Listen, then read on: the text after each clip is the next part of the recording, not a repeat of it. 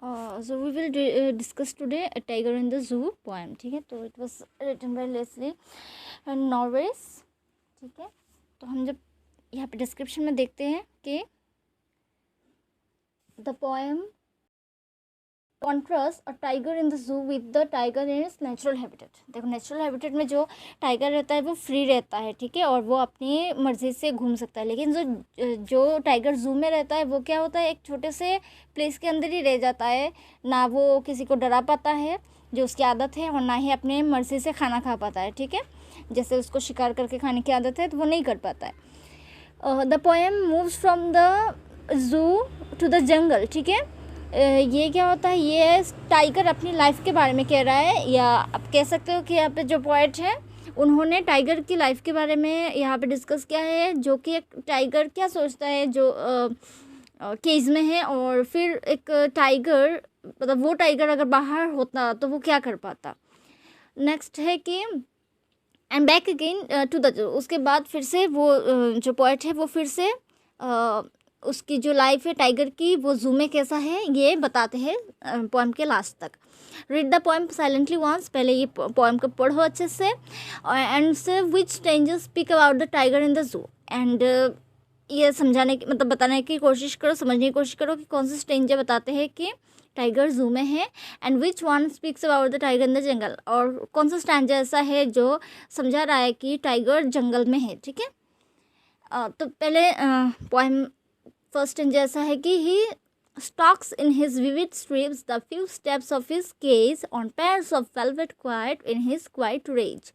ठीक है, तो यहाँ पे क्या है, जो टाइगर है केज में है, उसे बहुत सारे लोग देखने आते हैं. ठीक है, लेकिन वो क्या देख पाता है, वो सिर्फ उन्हीं लोगों को देख पाता है जो उसे देखने आते हैं, और पूरा दिन वो केज में रहता है और केज को ही देखता रहता है.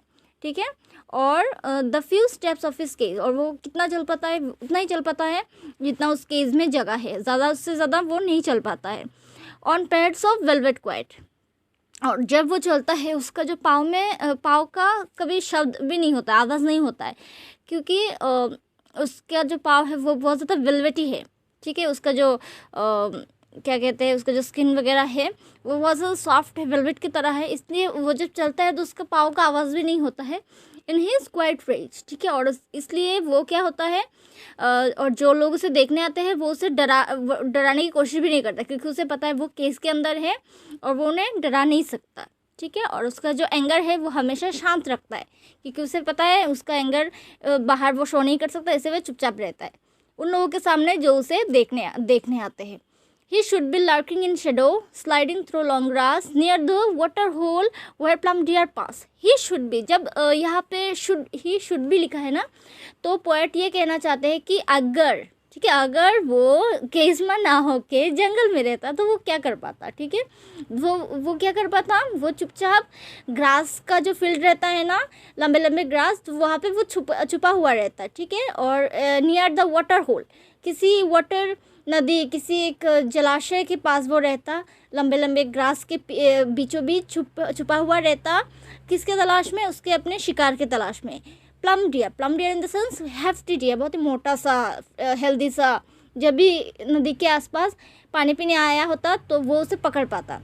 ठीक है, पकड़ पाता ऐसा है नहीं, क्योंकि वो जंगल में नहीं है, वो he is in the cage. ठीक है, he should be snarling around houses at the jungle's edge, bearing his white fangs, his claws terrorizing the village.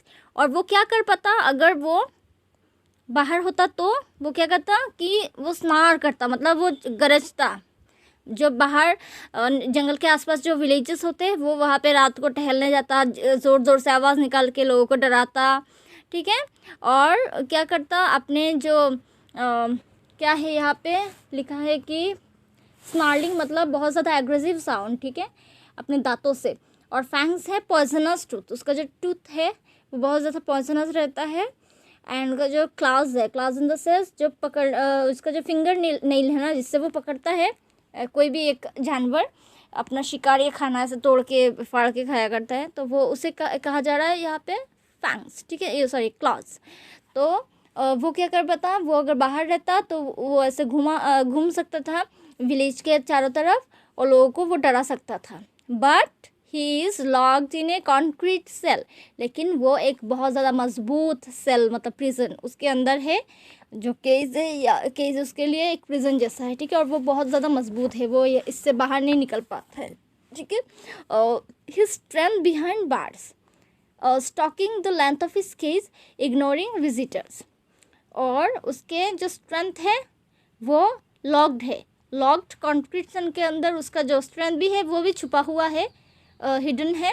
Stocking the length of his cage, और वो पूरा दिन स्टॉक करता रहता है, मतलब घूरता रहता है, वो जो उसका जो केज है उसका लेंथ, केज का लेंथ वो देखता रहता है। इग्नोरिंग विजिटर्स, और जब जो विजिटर्स उसे देखने आते हैं वो बिल्कुल उनको इग्नोर करता है, ठीक है।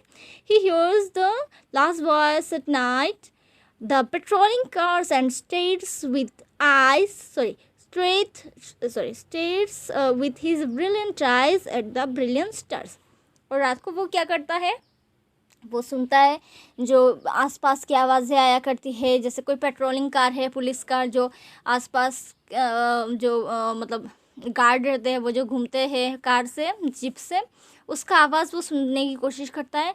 और वो रात को स्टार की तरफ देखता रहता है, केस के अंदर से ही अपने बड़े बड़े आँखों से देखता रहता है, ठीक है।